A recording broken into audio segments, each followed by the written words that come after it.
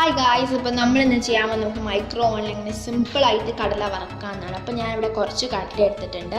അപ്പോൾ നമുക്ക് ഇതിലേക്ക് ഒരു 1/4 ടീസ്പൂൺ ഉപ്പ് ആഡ് ചെയ്ത് കൊടുക്കാം. എന്നിട്ട് നമുക്ക് 1 ടീസ്പൂണ് വെള്ളം കൂടി ഇട്ട് നന്നായിട്ടൊന്ന് മിക്സ് ചെയ്തെടുക്കാം. നന്നായി ഒന്ന് മിക്സ് ചെയ്തതിന് ശേഷം 2 മണിക്കൂറത്തേക്ക് നമുക്കിതിനെ അങ്ങ് മാറ്റി വെക്കാം.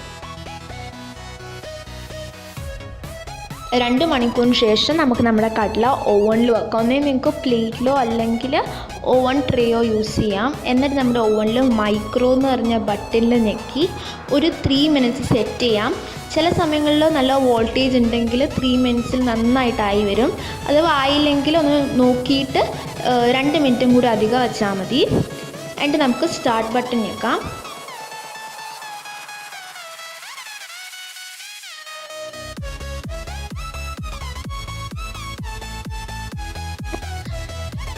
നമുക്കിനി ഇതൊന്ന് തുറന്ന് നോക്കാം. നമ്മുടെ കടല ഇപ്പോൾ നന്നായിട്ട് റോസ്റ്റായി വന്നിട്ടുണ്ട്.